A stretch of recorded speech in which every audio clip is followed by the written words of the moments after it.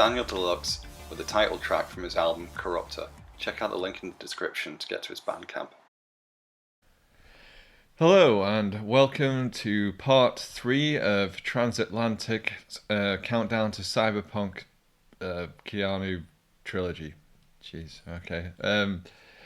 For our last installment, we have Richard Linklater's 2006 film A Scanner Darkly, based on the Philip K. Dick novel. I am Kindred. And I'm Bad Juju. And we're going to try and get through this. Okay, if you've got your copy, press play now. Alright, so... Right now. I realise I haven't messed around with the sound enough on the background of this.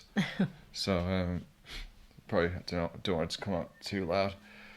So, yeah.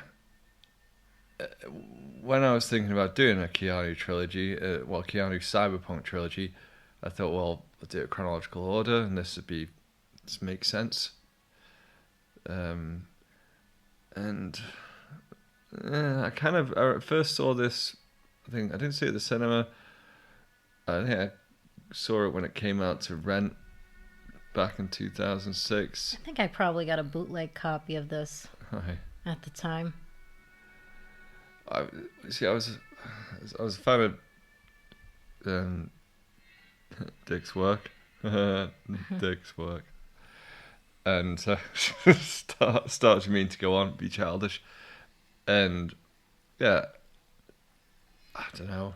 Yeah, it's not like it's a great starting the movie like this with like bugs crawling all over a guy and making you feel very icky for the rest of the film. I don't know. I mean, that just makes me feel gross. Yeah. I mean, of course, like, worth noting is obviously this whole film is rotoscoped, which is yes, I want to hear you explain rotoscoping. No, that's your department. No, I really want you. No, you're the artist. I'm not going to do that. You're going to explain rotoscoping. Yeah, it's where they animate over a live action film. Come on, how did they do that then, Mr. Artist? Well, with this they used a computer. They use animation. A computer. They use a computer to make the pictures good. Yeah, exactly. Is that the technical they draw over each frame, but they're drawing over it digitally. And back in the day, they used to do it with, good old pencil, paper, and ink. There you go. Also known as cell shading, is that correct? Oh, well, the style in which they colored it. Yeah. I'm asking. They I don't know. They painted on cells, yeah. Well, yeah, that's where I thought it came from. So I'm not quite as stupid as I thought it was then. Yeah, okay. Even though I sound incredibly stupid right now trying to explain it. Well, again, you're the artist, so you get to explain all this. Yeah, well, originally I was going to go into animation, but I decided to go into illustration and comics. Where the money is. I mean, it's all about hustling, no matter what you go into. Yeah, well. Oh, yeah. I can't say anything, really, in terms of success. You ever have a bath with your dog? Yeah, actually. It's not weird? No, because, sometimes, like... Yeah, George Clooney and Steve Soderbergh, executive producers. Sorry. No, I was just going to say sometimes, like, it's just easier. It's like if you're taking a shower and then the dog needs to take a shower, you're like, kill two birds with one stone. Come out smelling like wet dog. No. Dog has their own shampoo. There's Robert Downey Jr. playing Robert Downey Jr. His most famous character, Robert Downey Jr. His most well-known character, which he's repeated on about 98% of all his roles. Yeah, how dare you speak ill of Mr. Downey? He's the best. I'm not speaking ill of him. Him and Chris Evans are movie darlings. Stop talking about more popular films while watching this. We've got to talk about a drug addict who imagines bugs in his hair. So in Waking Life, there was also a similar technique. When did Linklater do that? 2001. But that rotoscoping was way more abstract, way more experimental than this film. Hmm. I remember like when this came out, I vector art was incredibly popular, and that style that you see in the film. I mean, like most people were getting jobs from that. If you could do vector art, like you would see it in advertising, editorial illustration, just about everything. Yeah. And then later it went on to like silk screening. Like you'd see like a lot of like weird like little silk screened drawings in magazines and things like that. I No. don't know anything about any of that. At least that's what you would see going on in New York at the time. So here we got introduction to Scramble Soup, which even watching this kind of makes me feel a bit ill. Watching the constant like changing faces, like your eyes trying to keep up, and I'm just thinking, Here's if the that was question. real, wouldn't Yeah, that just like that'd just be like it'd mess with your brain to the point of like right. you want to throw up. And how does he breathe in that suit? Is there like an AC or I'm something in there? surprised you It's haven't like, asked your eternal most popular question. oh, how does he poop in it? Yeah, that's what you normally want to know. I mean, I have to ask that in every film because, Well, obviously he takes it off. well, in every 'Cause sci-fi it's just a film, onesie, isn't it? That's all it is. when you're dealing with biological, You know, relate this back to Iron Man and Robert Downey no, Jr. but like think about it. How, like that's a good question. How does Robert Downey Jr. poop? Like if he's fighting, does he not eat? Does he I does get he it. fast? How does anyone in the middle of a fight? You can't just go off in a And life then or what death about women? situation. What if you're not like what if you Yeah, but don't have some kind of contraception? that's like You're asking just like how a regular soldier does that in the middle of a firefight. But You I don't asked that too. I don't know. How does that happen? well, you just kind of have to hold it. I'm guessing while you're getting shot You at. can't hold menstrual blood. They do There, give you sanitary items for that. can you imagine that? There's like a fight going on and you have to plug up the hole and you're running around and you could die. Like that's not the last thing I want to think about. Like I'm on my period and then I'm going to How are you die. right, again? You're worse than me for digressing. It's We're watching it Philip applies. It K. applies. Dick inspired film about identity and drug addiction and who knows what and surveillance and See, government anonymity and blah blah blah. See, here's the thing. If you were like an undercover cop and you had to do like a drug bust or anything like that, and there would be times that you would actually have to do the drugs, do you think that you'd get addicted? Well, they do, don't they? I mean, there's Yeah. a lot of reports that you do because you can't. From what I've read, I've done some research before, and I want to do crime stories and stuff. From what I've read, it's you can't really get around it, and it's no one wants to do it because there isn't adequate help for officers with drug problems. Well, here's the thing. Are there any like programs where they try to help them? I don't know. Yeah, because that I never. I did my research quite a long time ago, so.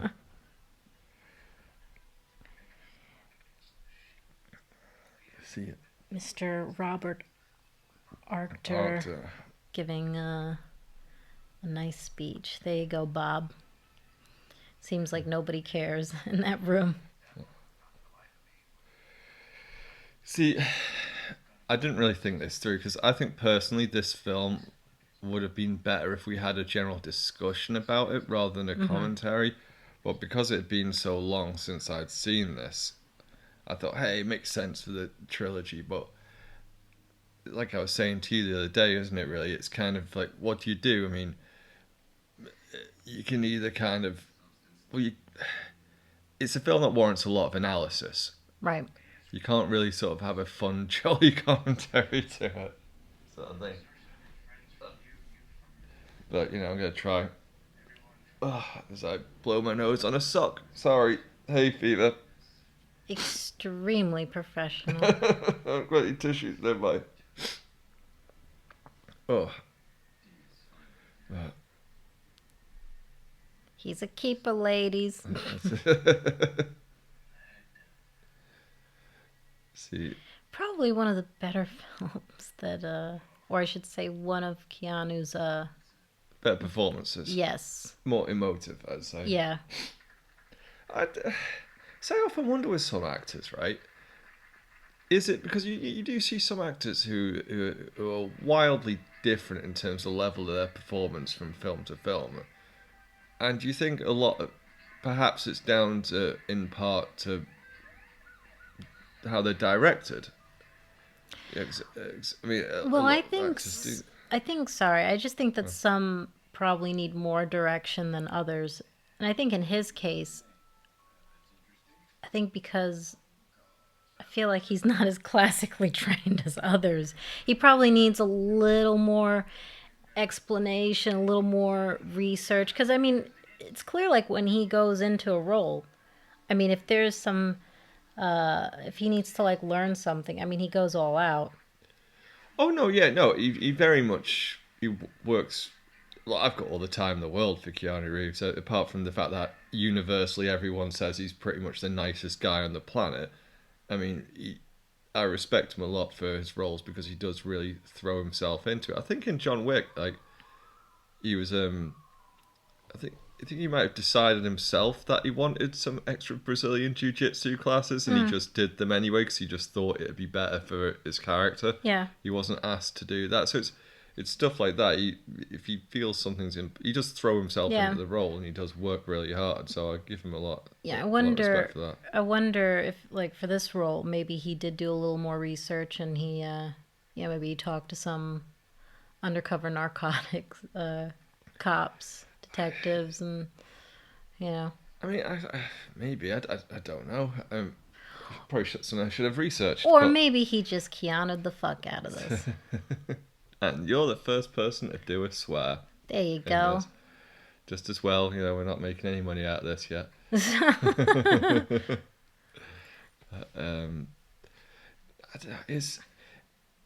It is a tricky. I struggle with this film, to be honest with you. I mean, as much as I'm a big fan of Philip K. Dick and his work and his themes, hence my name. Mm-hmm. I do struggle with this because I don't know. I find it quite dry. Yeah.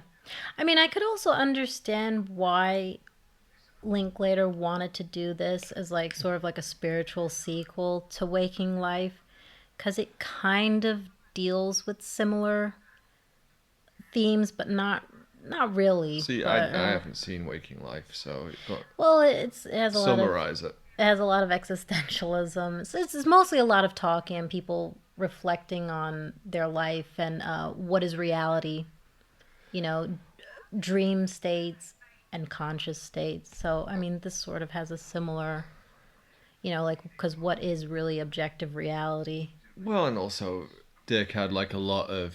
I mean, he had mental health issues. He was a drug user for much of his life. So I think that a lot of his work really reflects that as well. The concept of like addiction, altered states of consciousness. Yeah. Be it through chemical or biological in terms of like schizophrenia. Not to be confused with the William Hurt film, Altered States. Have you seen that? Yes. That's a mad film. I know, it is. It's great. I haven't seen that in years. Yeah. Again, can't really shoehorn that into that. That is a mental film.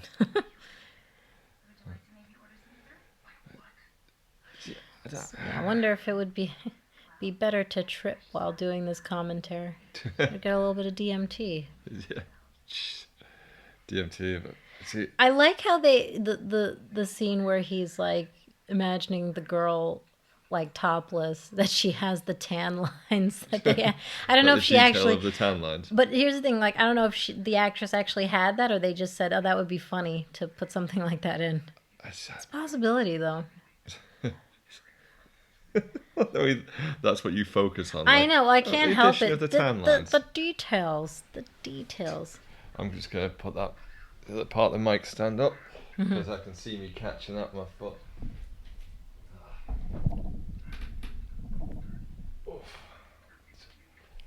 I swear, I think Like the like dad noises. before like Avengers and all the Marvel films, I feel like Robert Downey Jr. had like exactly the same wardrobe in nearly every film. It's like the shaved head, the glasses. Well, and also Yeah, that one is sort of, so he gets a bit sensitive about bringing it up, but like he sure. had a lot of problems with uh, drug misuse for many years, didn't he? Yeah, I wonder if that's probably a reason why he decided to do the film because maybe it's something. Or what he was asked. I mean, because Sure, like sure. without trying to sound mean here, but fair bit of his life is pretty well, it's pretty much like method acting for this role, isn't it? Yeah, I'd say so.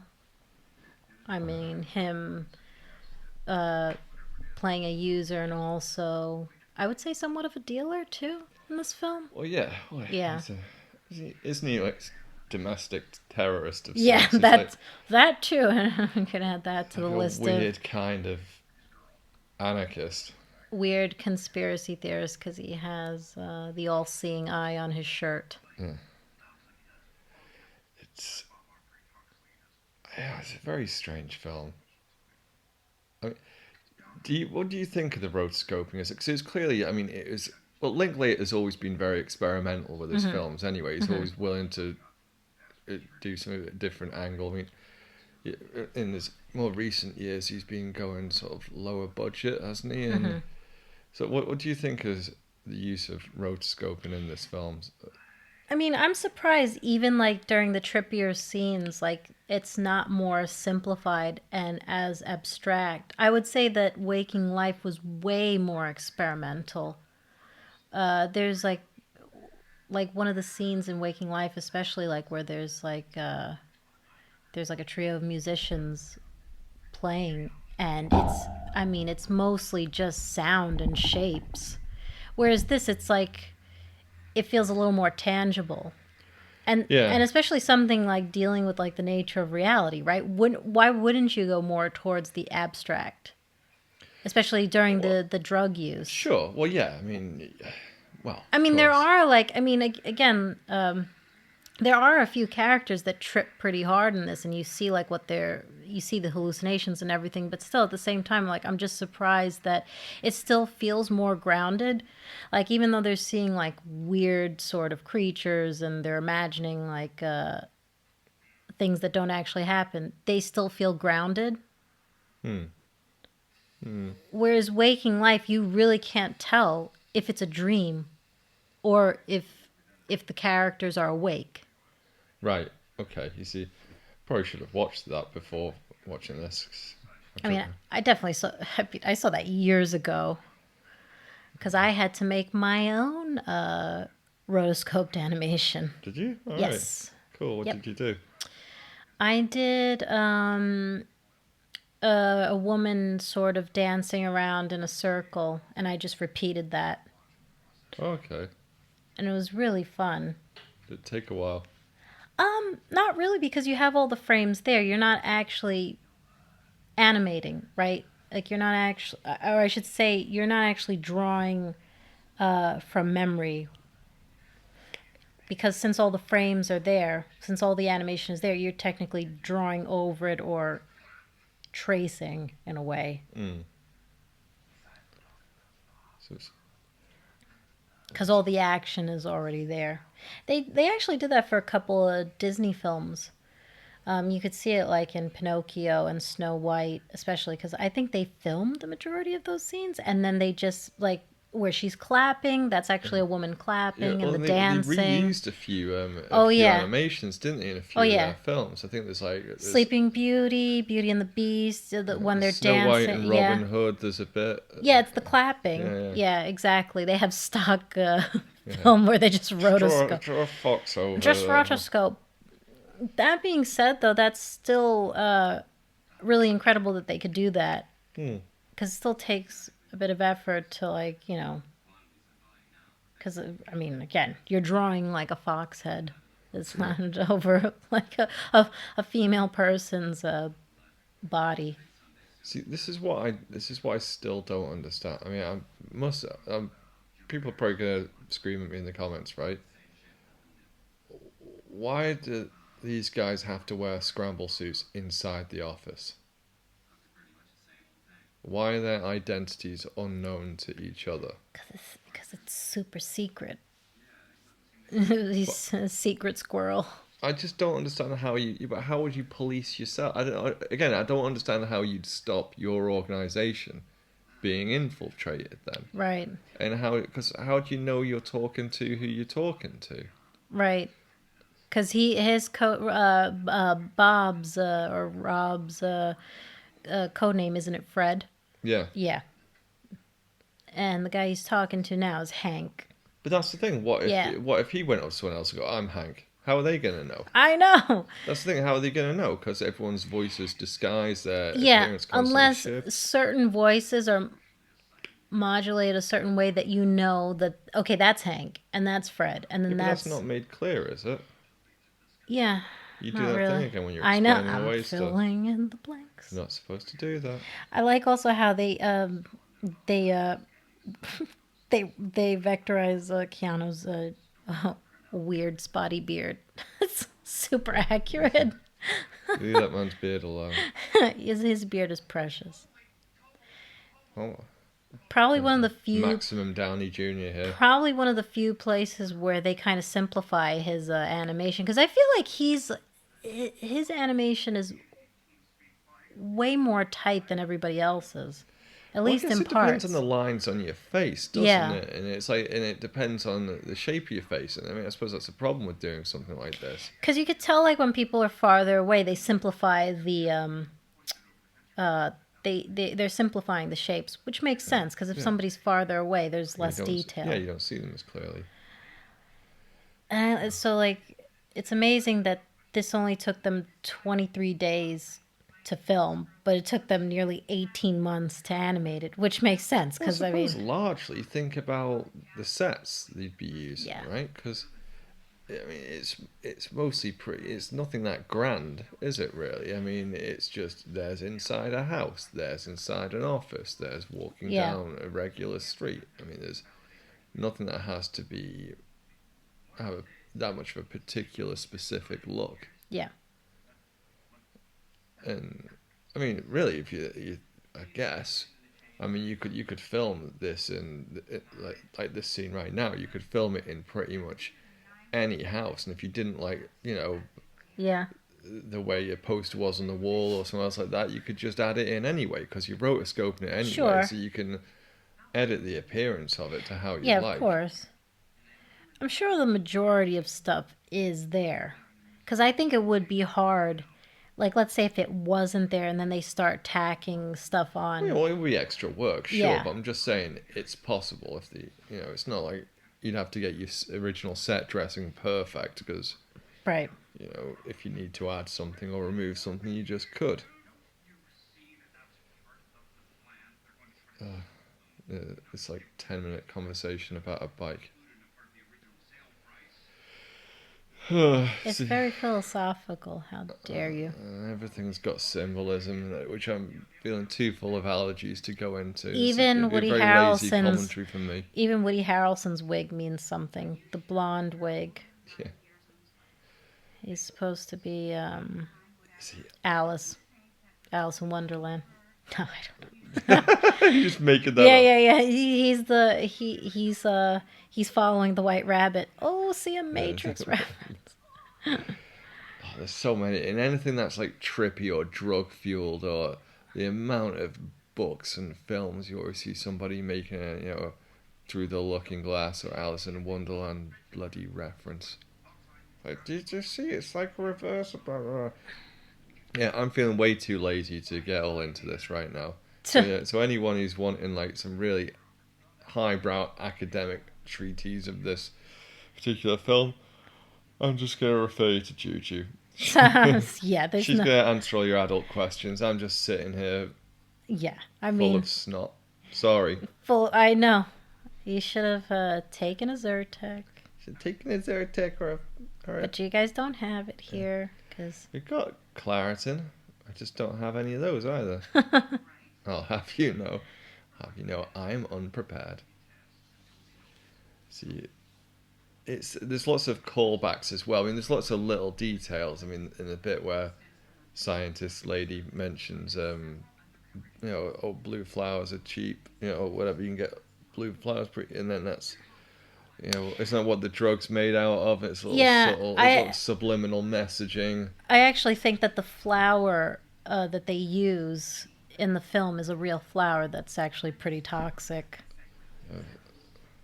So I guess you can't really make a decent drug out of it. Yeah, well, people make drugs out of all kinds. So. Sure. Actually, it's funny. I once, like when I was very sick, and I went to the doctor, they prescribed belladonna for me. Oh yeah, what do they give you that for? It's usually like a sedative. I mean, it was really bad pain because I was sick for a while. Is it because you thought you were a werewolf? Exactly. Isn't that, according to mythology, if you get bitten by a werewolf, if you quickly take some belladonna, you stop lycanthropy? It's like, no, kids, actually, you'll just get rabies. Yeah. Well, you get rabies from a real life werewolf. You get rabies or just, just get gangrene, just the usual.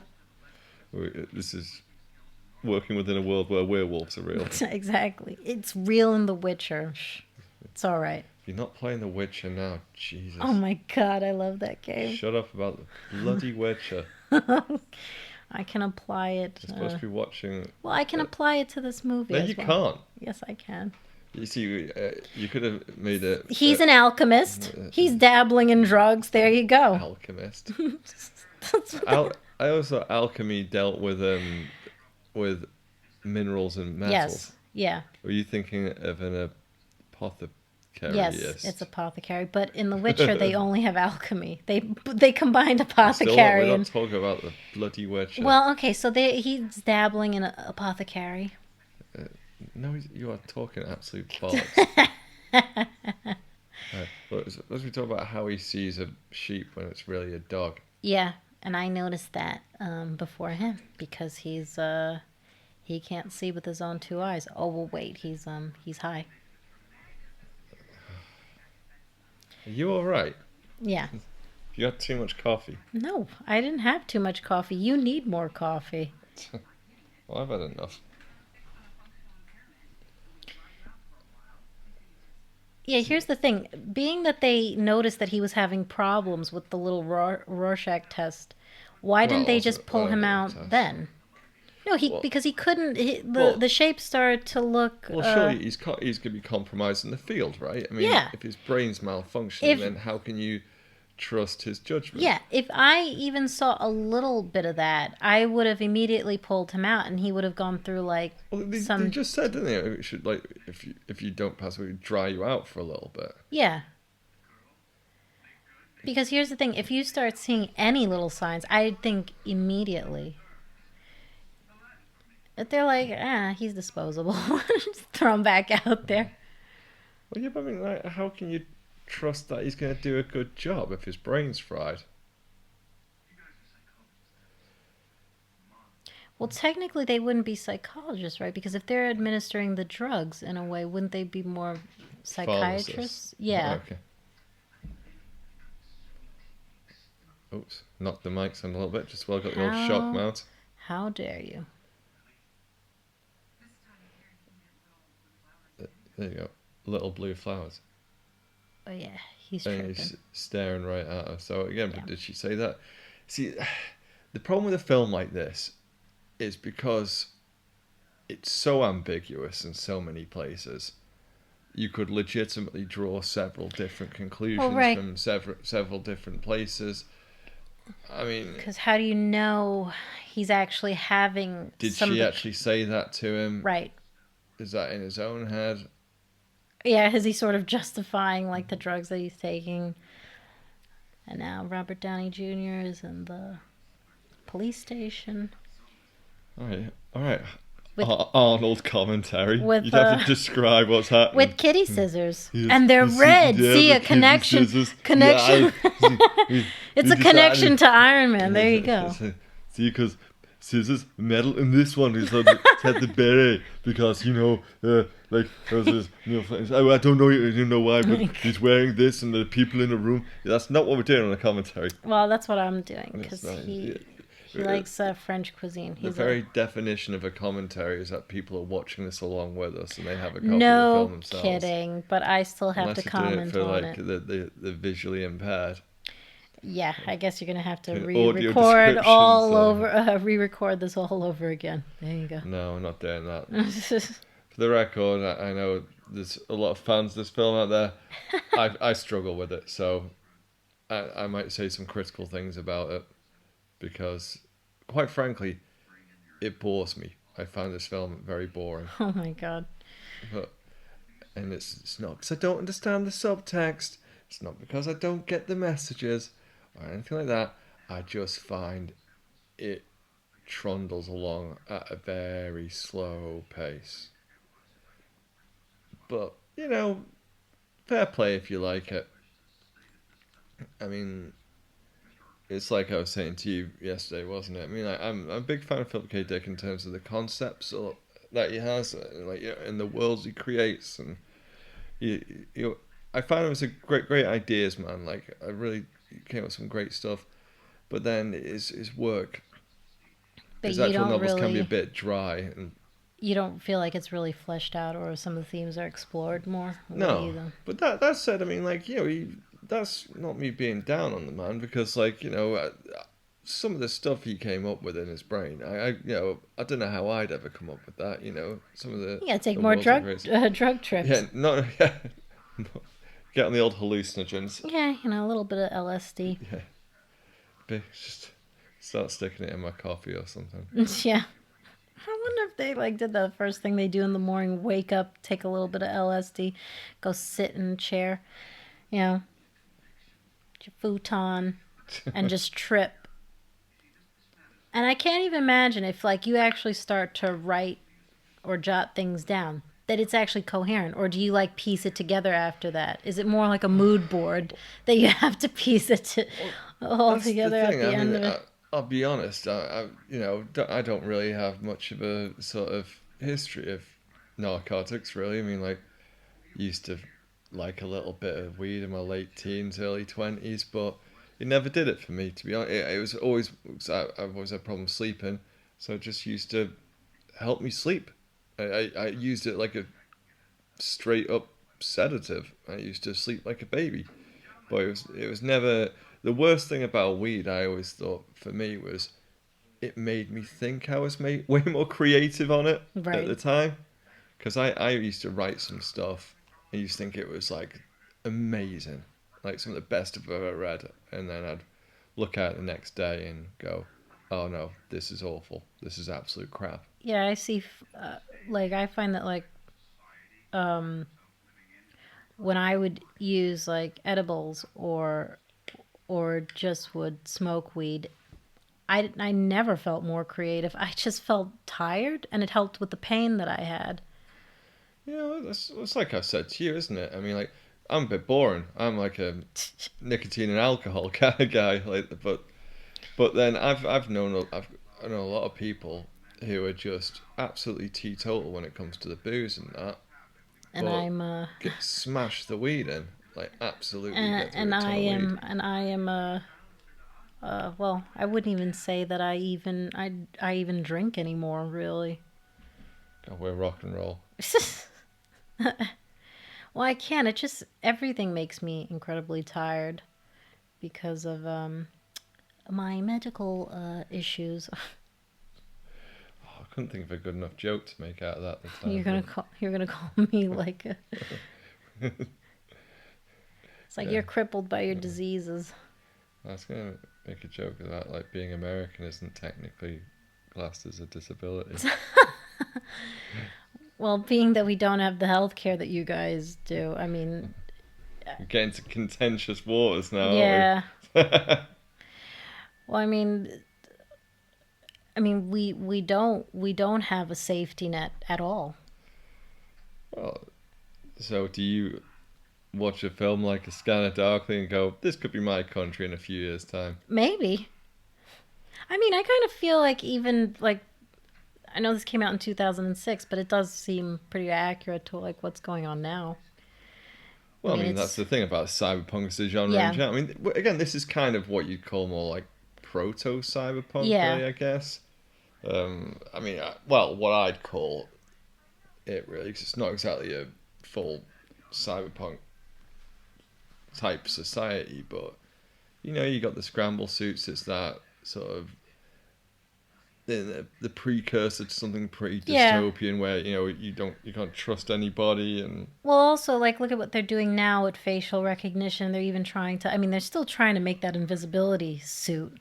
You know. weren't they? It wasn't the whole thing with that is you had like dozens of miniature cameras, and they project they. It was like, but you had like some kind of it was almost like a projector screen fabric in the way that the Yeah. cameras would record their surroundings and then it would get beamed back onto the surface of the clothing or Yeah. something like that. Yeah. So it'd work a lot better if you were in somewhere with like repeating environment, like Right. a desert or Or probably like a forest, so you have like the yeah, sort of like dappled greens and browns and like light coming through the canopy of the just forest. walk around pretending to be a predator. Exactly. And then you see like the image slightly shift as you walk by. I mean, that'd be cool. It'd just be me trying to do predator noises and freak people out. I'd only use it irresponsibly, in a childish manner if I had one of those.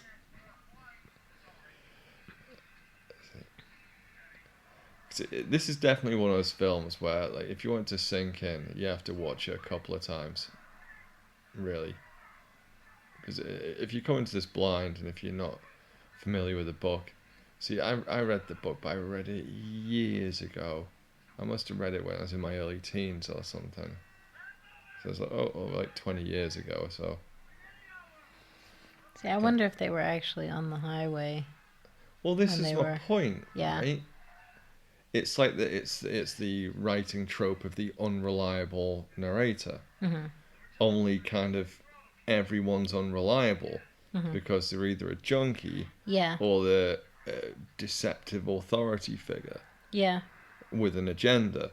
Yeah. So either their perception is literally altered for themselves, or it's in that person's best interest to not tell the Yeah. truth. And the reason why I say that too is like I don't know if it's like a style choice like with the animation, but like even if you notice like in the beginning like Well, you in get one the of the otherness, don't you? yeah. With it makes it gives it a trippy quality to Yeah. itself. Sorry, you were saying. Well, because like one of the guys, like when he's driving the car, it almost looks like the car is not. It's not even moving. It just kind of. It's like this weird sort of like animation. Like it almost seems like the background is moving and not the I object. mean, do you reckon that's a? I mean, is that a side effect of the rotoscoping technique, or I mean, I don't know. I think maybe in that particular scene it was to show that he was tripping, Mm. because you see like he has like a couple of hallucinations at a certain point as like another car drives past him. So I Well, mean, well, exactly. Well, it's like I say, it's the unreliable narrator. So yeah. if you can't trust what you're seeing, then how do you know what's real? Right, and how do you? And I also wonder too. Like again, it's like when you first watch this film, it's like how do you even know that these two are actually who he thinks that who he thinks they are, right? See, my problem with this, and again, I can't remember if it's covered in the book. So if there's a disclaimer now, right? If there's anything I say and you go, well, actually, in the book, right? Ooh, red pill. I don't hear red pill, Matrix reference. There we go. Take the Yeah, red pill, Neo. Um, if there's anything that's covered in the book that I can't remember, then fine. People feel free to correct me. But my point with this is you don't really get that much of a feeling of the world at large mm-hmm. more. So like, if this drug is so rife, which isn't it Yeah. supposed to be, then wouldn't you kind of wouldn't you see more of a sort of breakdown of society? Well, yeah, that's the Because thing. everything else seems kind of like it's going on It's fairly like normally. it's still like oh, it's San Diego. Oh, it's Hollywood. It's still all right. Yeah. I don't know. I mean, I've got too many questions. Yeah. and it's, you get a lot of films where you could go, oh, you can interpret different things out of it, but it's usually like A, B, C, or D, or whatever. With this, it's like you could go pretty much any direction in terms if you were making an analysis of it. See, it is weird how the animation slightly changes in the car over here. Like, it feels a little more solid, a little more detailed. Again, is that purposeful? Yeah. This again, there's another layer to it. I mean, if this was just done live action, how would that affect the way the viewer perceives the story? See, have you ever seen Existence? No, I have not. Cronenberg film. See, we couldn't really get away with doing it for this series because it's more biopunk, really. Right. It's basically about, like classic 90s film. It's like a sort of extension of the old virtual reality thing where there's this console where you plug it into your spine, but it's very kind of Cronenbergian body horror-esque because the console itself looks like organic and fleshy. And the sort of port that goes directly into a hole in your spine that you get put in there looks very much like an umbilical cord. And it's Jude Law and Jennifer Jason Leigh. And it's one of those that, am I still in the game? Am I not? Right. So is this real? It's got a little bit of Total Recall to it because it's like, am I actually discovering this conspiracy? Is that why these people are after me? Or am I in the game, sort of thing. It's an interesting film. I'll have to watch it sometime. Again, I haven't seen that since it came out, and I want to say it was something like 97 that came out. It was one of those things that was on my list, and I never got around to it. Well, I do like Cronenberg, the weird bastard. Yeah. I enjoy his messed up stuff. He does great films. He does, no, he really does. What's the most recent one he's done? I'm trying to think. Because he did because he started doing more serious stuff, didn't he? Because he did A History of Violence, he did Eastern Promises.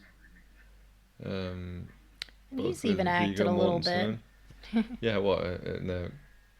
He's in he's in Nightbreed, wasn't he? Yeah. What's the name? He's the murderer. He's a serial killer. I've forgotten the character's name. Yeah, I just like to call him Mr. Buttons. Mr. Buttons. He's like a little rag doll. Isn't there some kind of 3.5 hour cut of that or something like that? Yes, there is. It exists somewhere. And I know that they were doing like a tour. They were showing it around for a bit. I wonder if they would actually bring that over here. I've got the original hardback of Cabal somewhere. Yeah. I had the opportunity to meet Clive Barker and I missed out. Scouser. Yeah, that's cool. Yeah. He looks like a pirate now. I think it's that kind of like leathery tan, the beard and the earrings and stuff. I think he looks like a pirate. He's a great painter as well. Have you seen his paintings? Yes, I've seen some of his work. Sometimes, like from what I've seen, he's actually drawn little doodles, like when he signs his name. Like when people have bought a copy of his books. See, we're going off a tangent again. See, this is I'm so bad at digressing. And you just tell I'm kind of bored. I want to talk about something else. Let's talk about Woody Harrelson's wig. The choice of costume in this film. Woody Harrelson makes everything he's in better. I know. He's just one of those solid actors, like you know what you're getting with him, don't you? Like he's just great. He's always great. He's great. Like a few years ago, I saw somebody. Oh, it was so funny. They showed a picture of him high in a photo, and he looks so happy and content. I want to be that man. Well, I told you, didn't I? His dad was a hitman. Oh my god, that's right. You did. Yeah, he's like some traveling hitman or something. I can't remember all the details, but yeah, his dad was like a straight up killer for hire, which is like he was a merc. Well, I don't know if he worked for the mob or not. But he was. Yeah, that must have been interesting. That is weird. It's like, your dad's like a hitman, and then you become an actor. Yeah, natural progression. Yeah, I mean, you're like, sure, why not?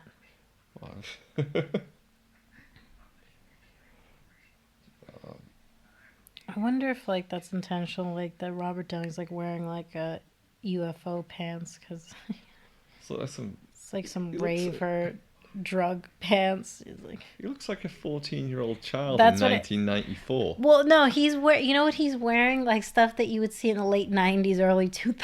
I don't know. It's like a. I used to wear stuff like that in the mid-90s as a kid. Well, yeah, Baggy it's a stuff. natural evolution. It's like it's like, oh, point me in the direction of where there's a pack sun, you know? Oh yeah, cheeky Google. Charles Harrison. Charles Boyd Harrison was an American organized crime figure who was convicted of assassinating federal judge John H. Wood Jr., the first federal judge to have been killed in the 20th century. Oh my God. Jeez, man. When did his dad die, or is his dad still alive? I think his dad's. 2007 he died. Wow. So like right after this film.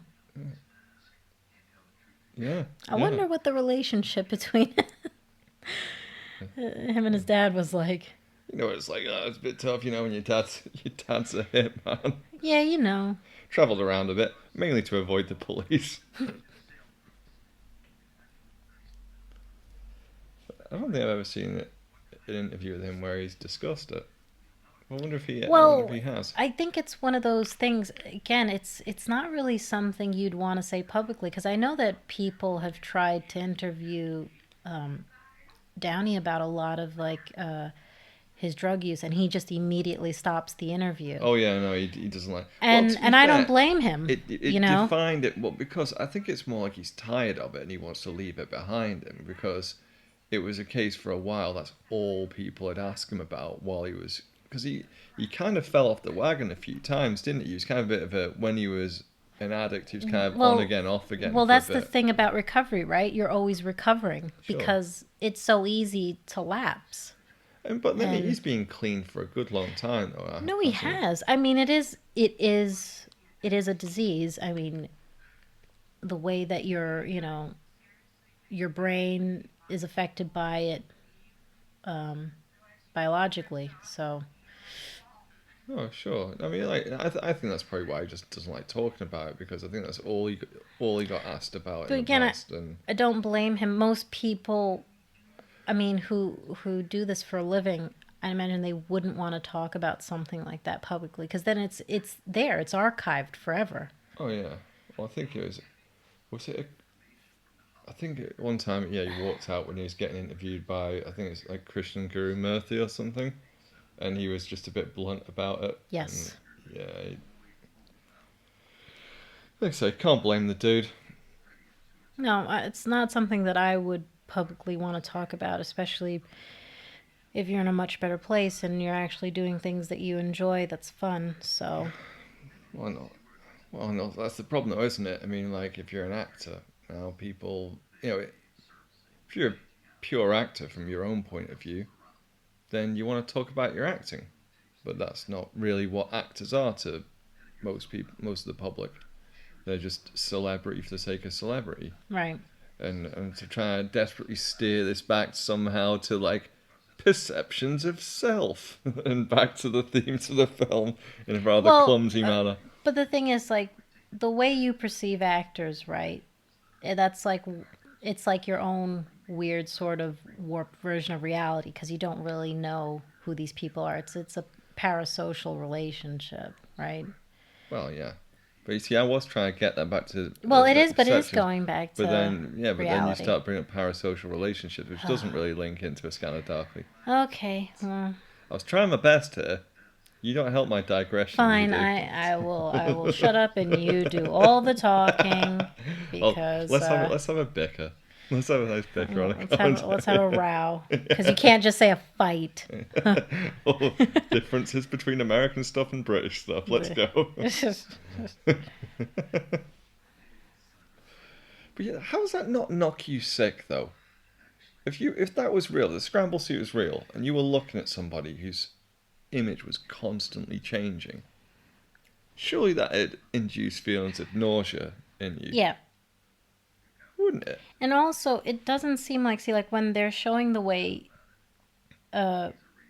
Keanu looks in the suit. Hmm. It seems like he has like enough space like around his body that Yeah, he but could breathe. Like it seems comfortable, and it doesn't look very. yeah, It but I'm not sure actually. if they're doing that the same way they do I the know. Iron Man thing, I know. where like it's just so you can I know. see his face, so it's fit Well, in frame. you know that guy put AC in that suit. There's no other way. Not Yeah, like you this. think so? Otherwise you'd be dying there. Yeah, because Like this Ted just Raimi in Evil Dead. right. Did you ever see that in Evil Dead 2? Where 'cause Ted Raimi played Henrietta, like Right. it's a full body Right. latex cast, right? And I think it's some of the behind the scenes thing. He'd finished a take or something, and he'd just torn off like the leg below the knee just to take it off, and he literally tipped out what must have been about half a litre at least of sweat. I'm not exaggerating. Oh He my just god. poured it out of this sort of latex boot piece. No, thank you. I'm thinking, Jesus, he must have been like losing, you know, £10 a day or something like that shoot. No, thank you. You couldn't pay me to do something like that. Well, probably didn't get paid much then anyway, because, That's what I mean. early Jesus. days Raimi, wasn't it? So Yeah. It's Evil unreal. Dead 2, one of my favourite films of all time. I love that film.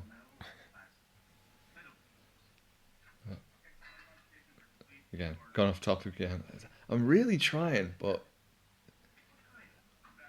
I just don't think this film lends itself that well to a play-by-play. Wouldn't you say? No, it's better to sort of discuss like certain themes when certain scenes come up.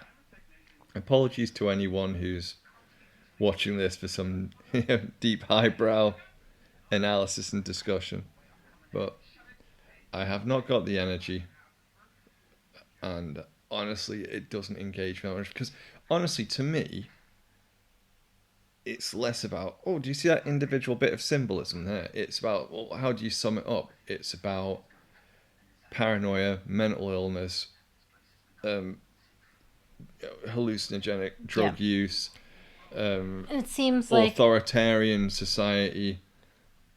I forget What's his the name, hammer the for? one. It seems like Rory's character is like the most cracked out at this point. Like Well, he's the one like absolutely tripping like all yeah. the time. He cannot distinguish between what's real and what's not.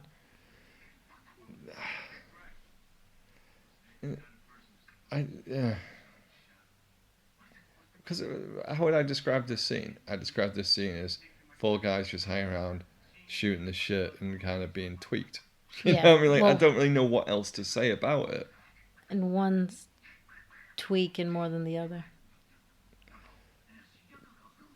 But it's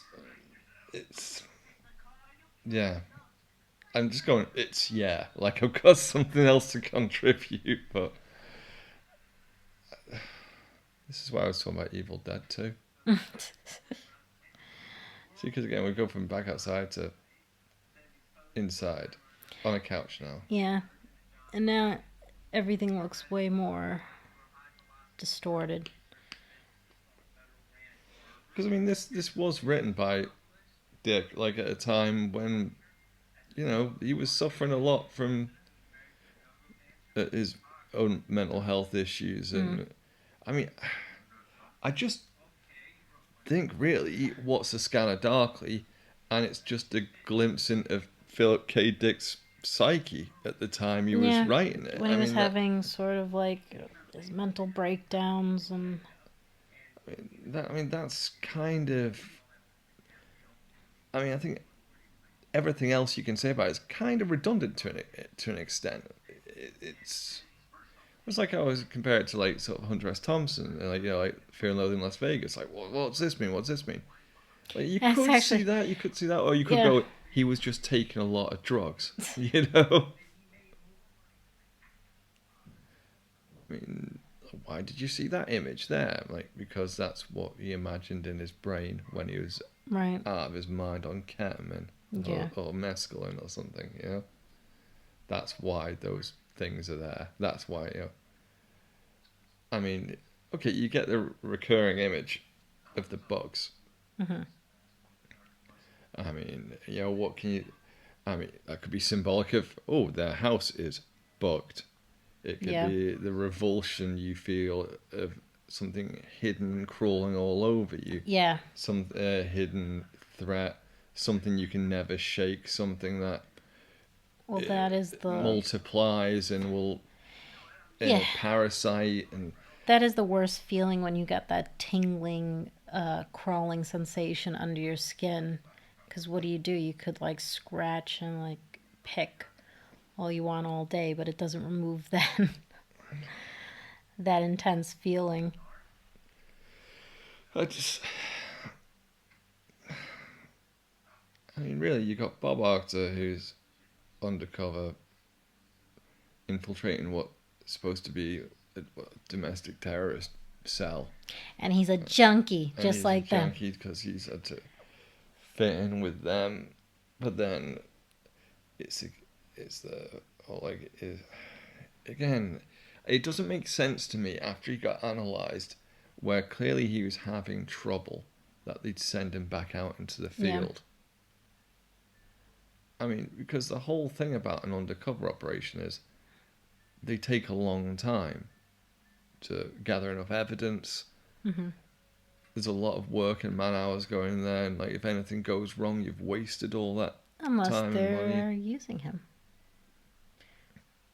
Okay, then we get back to the paranoia, aren't we? Mm-hmm. It is with his red pills. How did he do that through the suit? Does it have like a little gimp mask? What's that? Well, that's a good little zip you don't see. That's a good point. How does he do that? Because it does seem to be like some zip up Zentai suit kind of thing, doesn't it really?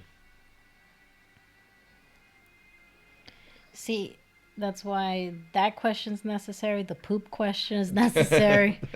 These are important, relevant questions. Hard-hitting questions. Yeah. Oh, Jesus, my back. Definitely need a new mattress, I think. Yeah, just let your friend die. It's all right. A spinal badly. That's It's the sequel. Just like Keanu in the future, he's just got osteoporosis, and that's it. Nothing else happens. He's on a farm. He's farming the drug. With a bad back. Yeah. Substance D.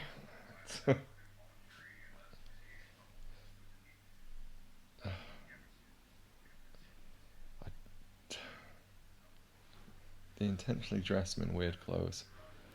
I like the little pink capri pants he has on with like the pink fuzzy slippers. I assume they're pink fuzzy slippers. They didn't rotoscope in the fuzz.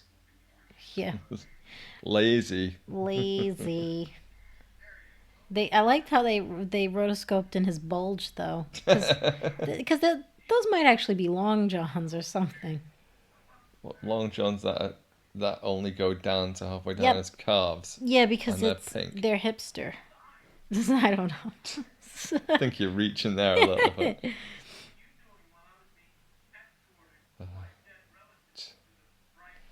It's I do find it a slog. I do. This is classic film school fodder, isn't it? It's classic, like, analyze this for a paper kind of stuff. And you're too low for the mic over there. So are you. No, I'm not. Yeah, you are. I'm in line with it. I'm in line with it too. No, I can see it. Oh my God, you're hopeless when it comes to these. What? Sit up straight. Do this. So, sit up straight. Speak into the mic so people can hear you. I'm sure that they can hear me. Well, what a tyrant I am. Yes. He whips me all day long. No, I don't. I should. No, I shouldn't really. No, I'm not advocating. Progressive. I'm not advocating kinky. any kind of violence. No. Don't at me. Is that what the kids say nowadays? Probably. I don't know. I don't know what the buzzwords are You're today. slightly younger than me. You're more in touch with That's right. the Don't cool ever forget kids. that I am young. Younger. Steady on, kid. Young.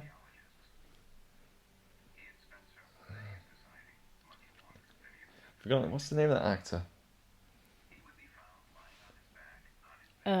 Rory, sorry, I'm blanking on the last name. Please forgive me. Okay, I'll just subtly Google it, and Him in bed no with one his will know. copy of Ayn Rand's, I can't, The And it's the Fountainhead. Fountainhead. Yeah, couldn't read it at first. Okay, like saying Zack Snyder's Bible. Yay, objectivism! Yay! Be responsible only for yourself and screw anyone else. Ugh. Yeah. I think he's actually been wanting to do a film of the Fountainhead for years. Really?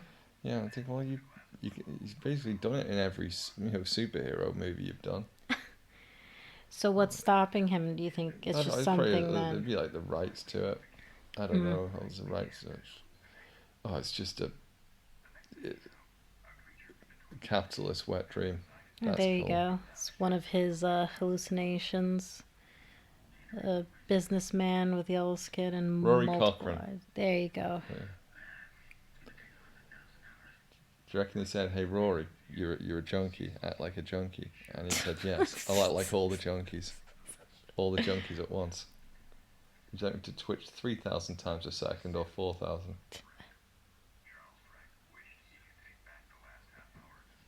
I mean, I guess. I suppose it's See, better when you're rotoscoping it. this is what I mean, though, right? Like, so this is a hallucination he's having. It's completely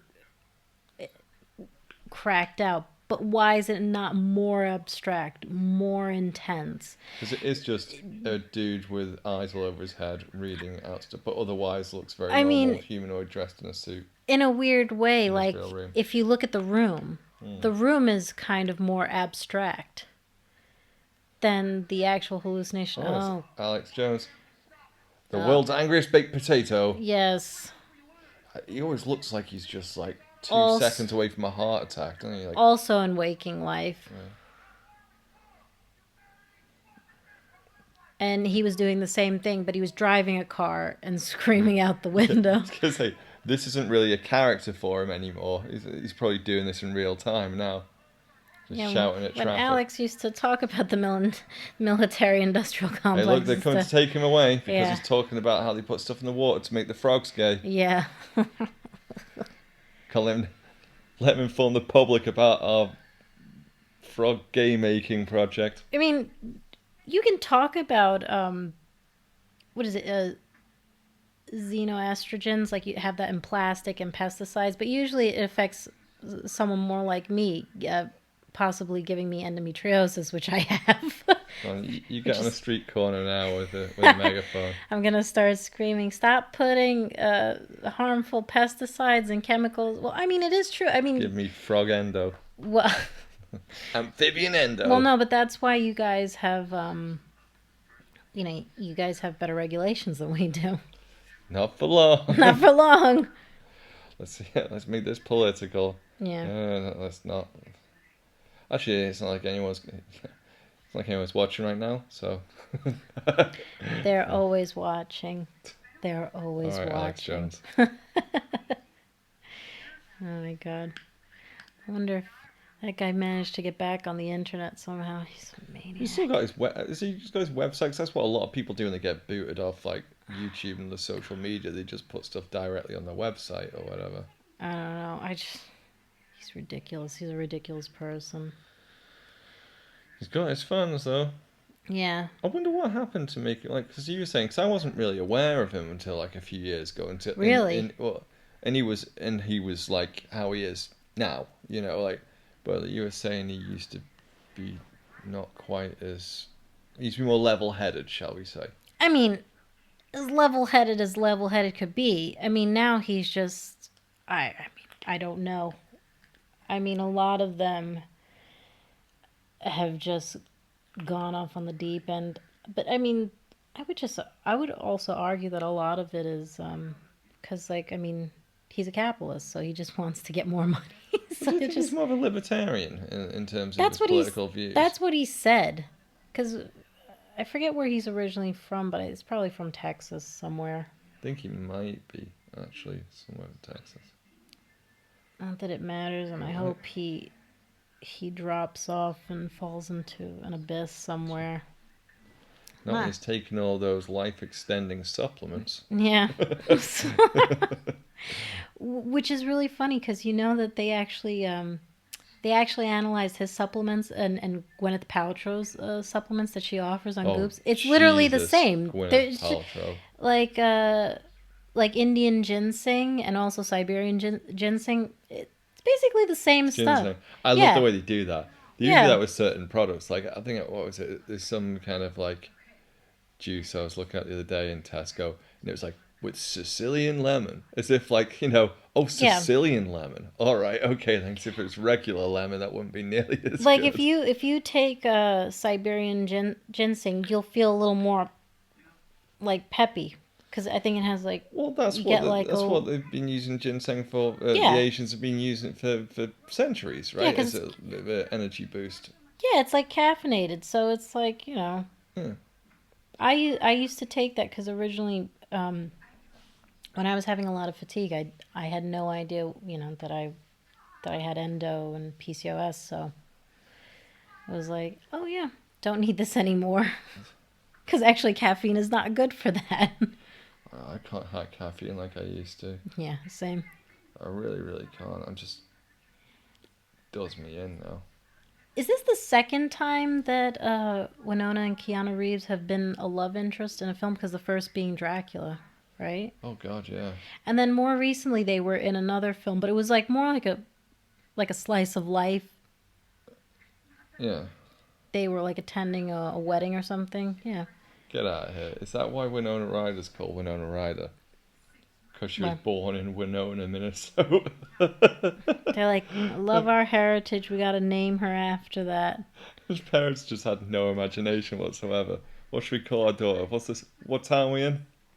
Winona. Oh, bless her. I do like Winona Ryder, though. I do. She's very spiritual. Oh, bless her. She's just. I don't know. She's always been very likable. She always played a very likable character. Yeah. I'd imagine if you met her, she'd probably give you like a little velvet pouch with like a citrine and an amethyst and a quartz in it. Yeah. Like, keep it under your pillow and only Yeah. think positive thoughts and blah, blah, Exactly. blah. Yeah. Well, if that worked for her, I will definitely do that myself. Yeah. When science works, turn to quackery. Right? Oh, bless the little cards. She's good in Heathers. That's a good film. Yeah, I like that. I haven't seen that in years. Should watch that sometime. Yeah. That's it, because really subversive film for the time. Actually, really very different. Oh, Keanu in Dracula though. Jeez, I love the man. You rate his English accent. How good was that on a scale of 1 to 10? It's in the minuses. It's in the negative. I mean, and I love the dude, but he was nowhere near. Like that was bad. I mean, I don't really. I know a lot of people like that film. I am not a fan. Well, I think Gary Oldman. Yeah, that's what I was just about to say. I think he kind of makes the film. But then again, Gary Oldman's great in everything. Yeah, really. yeah. So, I mean, again, he's one of those reliable actors who, like, you got him in. He throws everything into it, and he's really chameleon-like as well. Also, he looked really sharp in that film. The costumes were impeccable. A little bit silly and pantomimish in some places. Anyway, we're going off topic again. Yes, we gotta marvel at this very the bass on the wall. I was gonna say really all about the intense bass, sex about scene. The bass. No minnows. It's gone to unfunny. Joke time already. Yeah. Where he's about to have another trippy hallucination. See, the weird thing is, I think when they're just lying there breathing, Yeah. I can't tell how much that is breathing or if they're just shifting the, with the rotoscoping. I mean, it doesn't show slight movement very well. Yeah. Again, how the fuck was she not waking up from that? Must sleep like you. No. She's definitely Yeah, see that's very trippy, the way the pillow and the everything's sort of moving and everything's very static in the background. Again, wonder if that's a style choice to show like that he's having an intense hallucination. Hmm.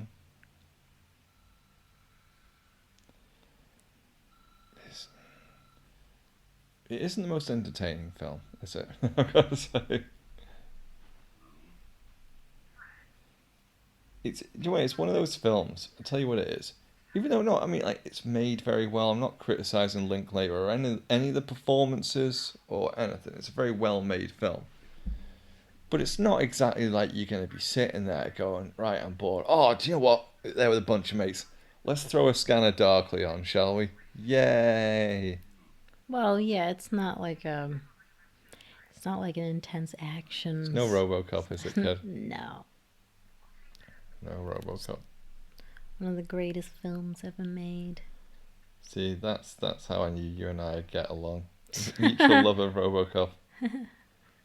You find a woman who appreciates RoboCop, you got to keep hold of her. So advice to any of you guys out there. There you go. I know she was the one. RoboCop mainly, just So I can't remember. That's not Winona Ryder. Her character, whose name I've forgotten. Like, is it or isn't it her? I actually forget. See. Oh, look at that. That's cool. They can single out an image and make it appear like as a hologram. Yeah. Somehow. That's super cyberpunky. Although it doesn't really make sense, because how could you do that? Right. From a still image. Right. From a single still image from one angle. Right. How could you make a three-dimensional hologram? Right. I don't understand if there's like a whole bunch of still images from different angles to be able to make a 3D model out of. But don't worry, where there's a will, there's a way. They'll create something real soon. They'll be like, now we have holograms. There you go. So now you can 3D print yourself a Winona Ryder torso. It's, Johnny Mnemonic 2.0. It looks trippy. Because a cyberpunk film isn't really a cyberpunk film unless you've got some weird, unwieldy, mechanical contraption on your head. I actually had to do something similar like that, but for a sleep test once. Yeah. You think after this point, like, when he's having trouble, you'd say, like, maybe now. Maybe give him a break now. I don't know. I'm having trouble. Are these objects both the same? I don't know. Robo Keanu. Robo Reeves. Robo Reeves. They're going to redo the Joel Kinnaman RoboCop with Keanu Reeves. It's going to be Robo Reeves. Need your clothes, your boots, and your phone box, dude. Phone booth, sorry. Oh yeah, Bill and Ted 3. Yeah. Psyched for that. That better be good. I hope so. I think Alex Winter's just appreciative of the work, isn't he? Yeah.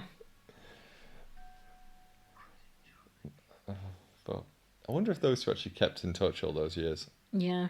And wasn't he in Lost Boys too? Yep. Yeah. He played like one of the vampire gang. The tiny one. Yeah, didn't he have a nice flowing mane of curly blonde locks Yes. in that one? Yes. Oh, that movie. Oh god! Oh, speaking of which, a couple of years ago, I saw oh God, what's his name? Who did the Cry Little Sister song? You know, Oh yeah, yeah. Oh my yeah. goodness. He was playing at Liverpool HorrorCon, but it was like really depressing because like he was like some guy in his 60s, but trying, you know, like that typical sort of like rock music way, trying to dress like he's 30 years younger, Oh my god. wearing sunglasses indoors and stuff like that. And he did that song twice and a bunch of random other older songs that weren't his to a crowd of maybe 25 people. And it was just like, oh, what's his name? It's like an initial, then Tom, then something, obviously a surname. That's his tradition. Um, where is it performed by? G. Tom Mac. That's it. G. Tom Mac. Yeah, it was a bit.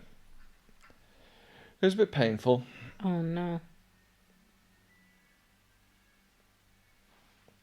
Oh, I really wish I had beer. It's the first completely sober commentary I've done, and I feel like it's the most inappropriate one to do sober, to be quite honest. Time's moving at normal pace. In fact, I think it's a bit slower. A scanner drunkly. There you go. Just really lazy crap puns.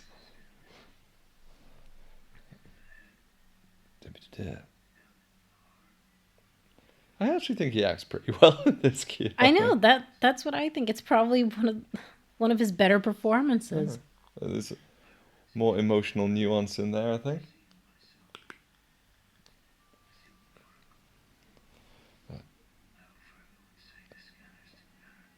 See, I keep trying to not get distracted and like just watch the film. You know, you're very aware you're doing a commentary. You're like, can't have any dead air. Just go on holiday, mate. Just leave. That's what I'd do. Yeah, just leave. Just say you're retiring.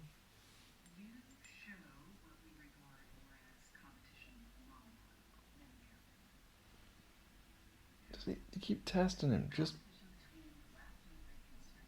send him on holiday for a bit. Give him some leave. See, the question is, how do you even know if his family is really real? That's what I always thought. Like, even though you say, "Oh yeah, I have a family," this this Rob character, but how do you know Rob is really who he is, or Fred, or Well, that's the thing. I think or Phil K. Dick really liked to sort of explore. It was identity. I mean, because you got that in A Scanner Darkly. You've got it in We Can Remember It For You Wholesale. You know that yeah, was adapted into Total Recall. You got, I mean, even in like Do Androids Dream of Electric Sheep, you know, it's reality and perception because, like, you know, the whole thing is Deckard a replicant, or you know. well, so then I have a question. Do you think that um, Dick struggled with his own identity? I think so. I don't know enough about him though, Mm-hmm. personally. I need to. I mean, all I know is I know And he struggled with mental illness mm-hmm. and substance abuse. I mean, I know like because recently apparently they've been doing some tests that a certain kind of magic mushroom like Right. they've been using it to treat people with depression, Mm-hmm. and it's been like amazingly successful. It also works in some cases of pain as well, using it for pain, Hmm. therapy to relieve it. Well, the people who they gave it to with depression, they literally just said it was like a reset for their Mm-hmm. brain. Like it just sort of like got rid of all the negative perceptions. All it's Mm-hmm. just it's almost like having like a deep clean almost, really. Well, it's kind of similar to what I've heard. Like some people that want to purge themselves of opiate use, they use ibogaine, All right. which is actually a better treatment than using methadone. Well, I But mean, methadone is but just a controlled yeah, synthetic heroin, isn't yeah. it? That you try and wean yourself off of. It's not. But Well, it's very much a treatment rather than a cure, isn't it, really? Yeah, but Ibogaine, obviously that's like illegal. They can't use it as well. It's probably like the equivalent of using something like ayahuasca, I'd imagine. I'd definitely give the old magic mushroom pills a go, though. Yeah, Well, yeah, I wouldn't mind not feeling depressed anymore. same. By the way, for people at home, right, that's not me making light of depression. I actually do have it. Same. Which is why I'm such a fun individual to listen to commentaries on. Mine is more hormonal because of the diseases I have. Not to. So you're teeing me up for an easy sexist joke there, I but know. I'm not gonna do it. No, I know, but no, but that is the truth, though. Yeah. Oh, I don't know. With me, it's just not. Well, just is.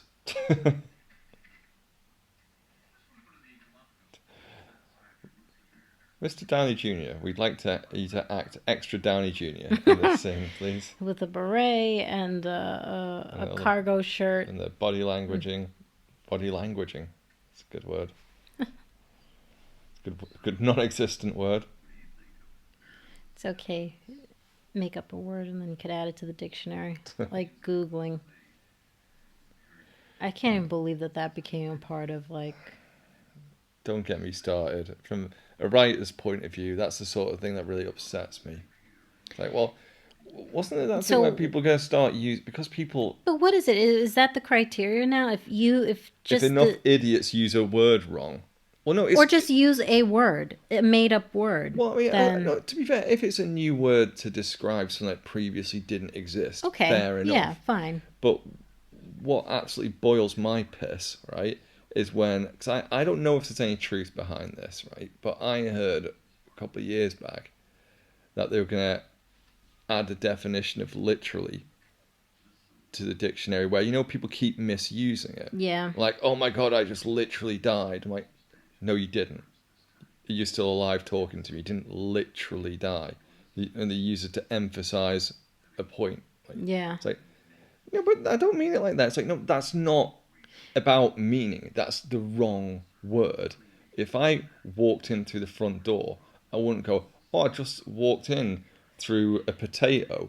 You didn't, did you? It's a door. It's not you going like, oh, but in my world, it's like, no, because that's not what a word is. Potato. It's a door. Mashed potatoes. I made some mashed potato yesterday with some boursin and some pancetta and some fried onions in, and there's a little bit left. And Juju's thinking about it because she ate most of it yesterday. and you forgot the pancetta fat as well. Oh yeah, no, put the pancetta fat and the sausage fat because I did. Oh obviously, yeah. Sausage and mash, British staple. Oh. Go do the yank some proper food while she's over here. Is it bad that I feel like I could make that again today? Hey, I don't mind. I'm going to make her a rhubarb crumble today. Oh my proper God. Custard. There you go. I'm talking about... Recipes. Food I'm going to make during a Scanner Darkly. That's an interesting thing. You never see him eating this. Do you think that's relevant? Yes, I do. That's why he lost his mind, because he's just really hungry. He's tripping because he hasn't eaten. It's not because he's taking the pills. It's because he hasn't had a proper meal. Yeah. He hasn't been looked after. Yeah. What's Winona's character doing? That's why you don't have to worry about the poop problem. Exactly. Because he hasn't eaten anything. Yeah, you notice that nobody's eating, so they don't have to shit. So there you go. There you go. Tied up that mystery. Yep. Solved it.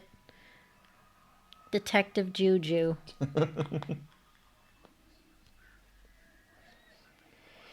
Oh, I like that. God. How long's left in this? I'm sorry. This is gonna be like my most criticized commentary probably. It's like, actually, I really like A Scanner Darkly. How dare you? No, like I was saying, like, to be fair, I can completely understand why people like it. More power to you if you do. Do you know what? It's like, thematically, I really dig it. You know, like I like everything it's about. I just think as a film, with the pacing, it's just very glacial.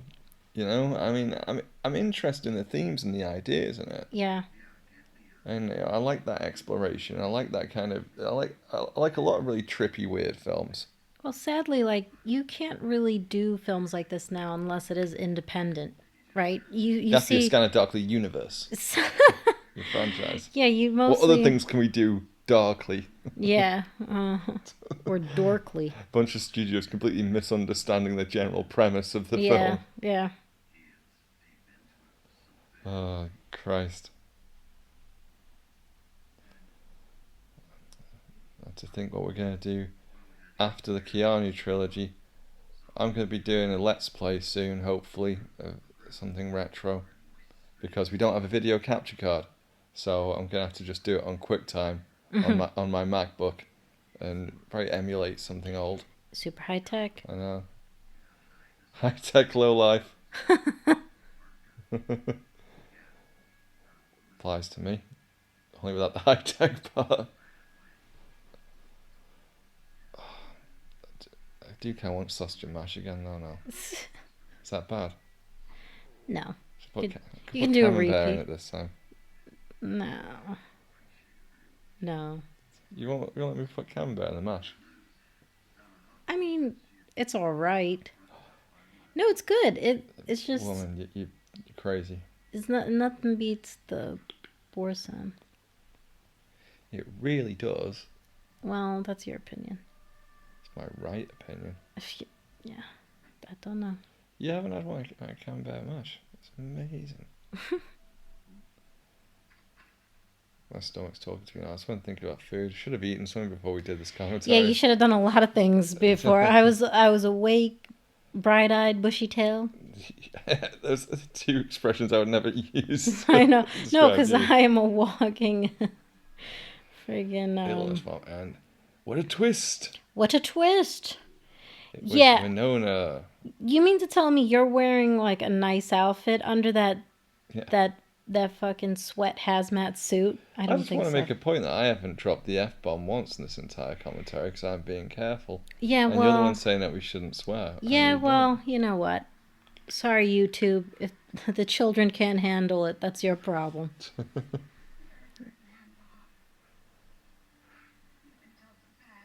don't. That's what you want when you're tripping. You want to be in a convertible. The wind's hitting you in the face. That's another thing, not very accurate as they're driving. She does have a very trembly voice, doesn't she? Very distinct, though. That's obviously as a British person and not an American. Obviously, I have a fair understanding of quite a few different regional accents when it comes to your country. But you know, there's some people who go, "Oh, that person's from, you know, wherever, whatever town and whatever state." You think, yeah, but they're the only person from that area that I've heard that has that kind of accent. So where does that come from? It could just be that they subdue their accent and they just have a nondescript, Oh, yeah. generic sort of accent. He's got the vomits. See, substance D just sounds like a euphemism to me. Yeah, I know.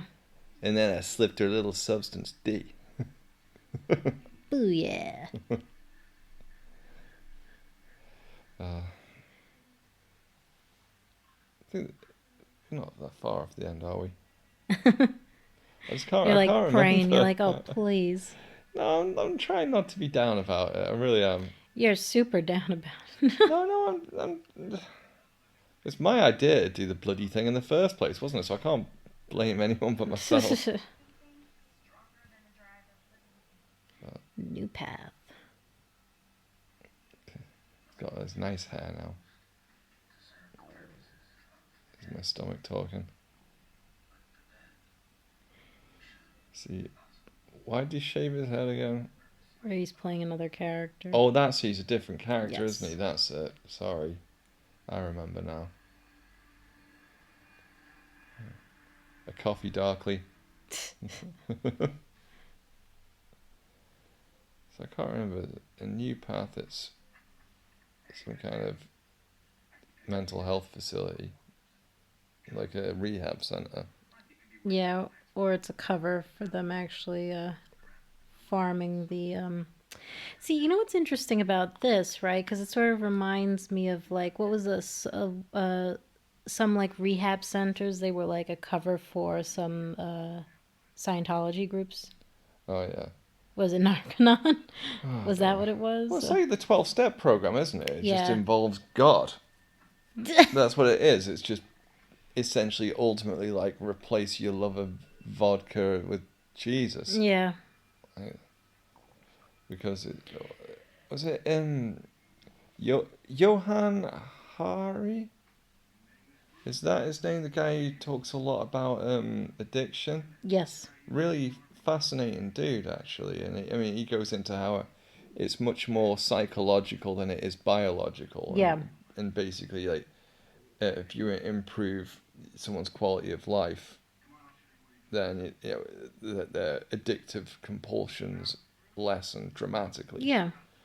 Um, Well, I don't know about you, but I can also relate to this too because I found that when I was at the height of not feeling well, mm, um, I would kind of get into a cycle or a rut, and I would do like repetitive behavior, and I wasn't mm. aware of it. Um,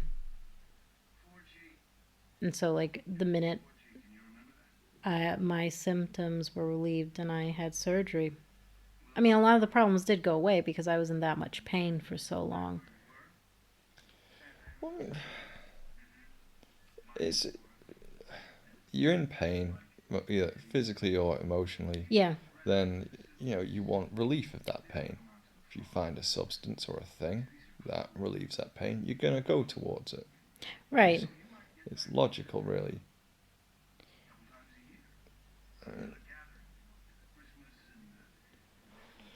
But he was saying there was some experiment done where there was they wanted to. I can't remember what scientist it was, but he was trying to prove. He's doing an experiment with addiction, basically using rats. And yeah, they started. They put a rat in there on its own, 2 bottles of water. One was just plain water, the other one was laced with heroin. Mm-hmm. And he found that the rat drank more from the heroin bottle. So therefore, the conclusion he brought was like, hey, people always prefer the addictive substance over the non-addictive substance. But Mm-hmm. then it was challenged that, well, look, the rat's bored. He's on his own. It's an empty cage. You just got 2 water bottles. Of course, he's gonna, pursue something that makes him happy. And then that's when they made a bigger cage with all kinds of little rat obstacles and Mm-hmm. activities and things in it. Loads of food, um, loads of other rats as well to play with and stuff. And they found that actually because the rats were happier then, because they had all this stuff to do Yeah. and all this company, that More actually, social interaction, yeah, more they didn't stimulation, touch the positive heroin water. stimulation. Yeah. So, again, happy rats. You don't need, if you're already happy, you have no need for escapism. Mm. It's interesting. I mean, I have to read up more into it because I've always been interested in addiction. Says a guy who needs his nicotine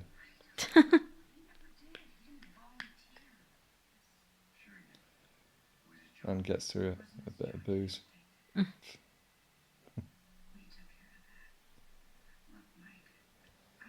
She has got kind of she has this kind of grumbly, growly voice, hasn't she? But then quite sort of fractured. Mm. Or is that what they call vocal fry? I don't know. God. If you Zoe Deschanel, she has a vocal fry.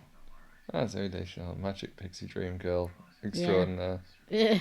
What happened to her career? She just doing like she doesn't really do much films anymore, does she? She's been on TV. Oh yeah, what's Once. that thing she's in? Um, Something, isn't it? A girl in the title. Yeah, is it Girl Next Door or something like that? I don't It's remember. something like that, isn't it? Because I don't care. Either way, it looks awful.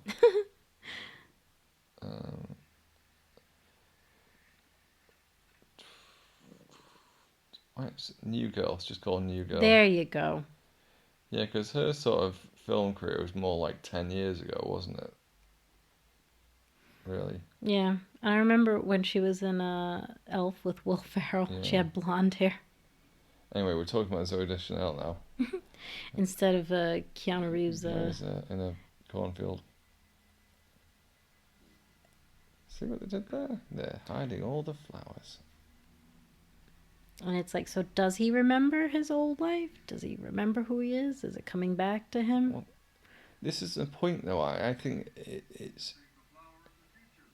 I think it's difficult. The way the story is laid out, I don't think you could really assert anything for certain. Yeah. That's the problem I think you got with this. You can't go, this is definitely what happened, because it's too ambiguous.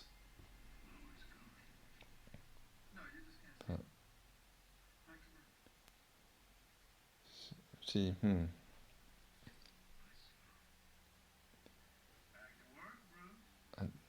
He's called Bruce now. Now he's Bruce. His new identity. So again, like a shift in identity, a different environment, different self.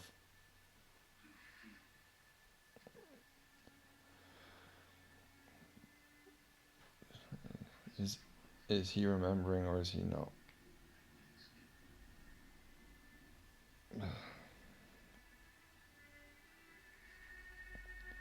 Yeah. Tucking a little flower away. See, I would assume maybe he's slightly remembering something.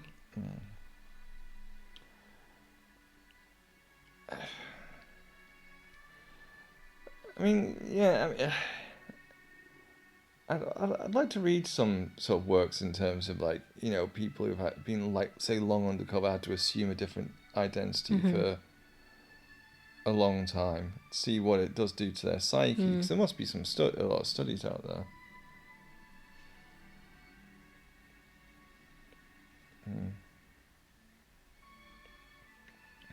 Isn't this from Philip K. Dick? I mean, I think you can kind of get what I take away from it, right, is you can really dive into every little metaphor, every little bit of symbolism, all that kind of stuff. But I really do think, Philip K. Dick, when he originally wrote this book, it was just a general expression of how he was feeling, dealing with drug addiction dealing with mental health. Well, do you think... And loss as well. Loss of identity, loss of... Do you also think in some ways, like, for him, that was like a prison. So, in a weird way, him being able to take drugs, same way with, like, a lot of people, they're able to sort of escape that prison. That is the thing, isn't it? Yeah. I mean, like, because... Even though, obviously, reality is not really real... But to you it is, and it offers you some comfort. Well, again, isn't it? I mean, like, reality it could be argued as your perception of it. You know, you could argue everyone's reality is different because it always comes through the filter of your own brain. Yeah. But I mean, I'm not going to get in, because we're getting to heavy subjects here that I do not know nearly enough about, and I'm not going to pretend to just bullshit on about something like that. There are far wiser people than me in this field that exist. I mean, same. I mean, I was just asking the question. No, sure. I know what I'm like. I'll just end up going down some strangled route where I just don't know what I'm talking about by the end of it. But no, I mean, I do think, no, joking aside, right, because I think it's a very well-made film, right? I do think it's very well made, very well acted, and it's a really interesting story. I honestly think, for the purposes of us doing a commentary on it, I think it probably would have merited a discussion better than a commentary. Because I do think just the pacing of it and the layout of this film is... It just doesn't work that well hand in hand with a running commentary, really. That's just my opinion. I mean, I don't know, what do you think? Yeah, no, I agree with that. Probably would have been better if we had laid out more of the themes first. And I like how we're discussing this as the commentary is going on and the credits are rolling. Well, yeah, but I mean, I just... I see. So, bit of Radiohead in there. I'll go Fortet.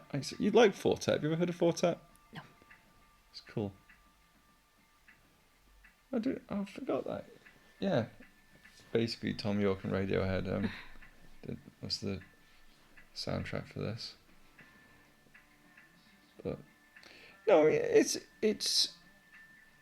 a film definitely to be studied and to really. I think the problem is there's enough academic works out analyses of this out there that it's one of those where I think, well, what am I going to add to it? By me discussing it. But no, I don't want anyone to think that I think it's a rubbish film. It's not a rubbish film. I enjoy it an awful lot as a visual representation of the book. But then I don't know. I preferred it as a book personally. I think it worked better. The trippy images in my brain. I remember enjoying it more as a book personally. That's just me. What do you think? Right on. Right. Okay. Anyway, that's the end of that film. Anyway. So, yeah, I hope that wasn't too much of a struggle for anyone to listen to, and I apologize for me droning They are on. now fucking plucking their eyes out after listening to you whinge. All right, well, next time, I promise, the next commentary we're going to do is going to be a lot more upbeat and, yeah, less whinging from me. But anyway, we'll stop talking rubbish now because the film is well and truly over. So... please like, share and subscribe this. And yeah, that's it. So it's goodbye from me. And stay connected. Stay connected. Bye. Bye. Support the cyber revolution and look great while doing it by checking out our Redbubble shop down in the description.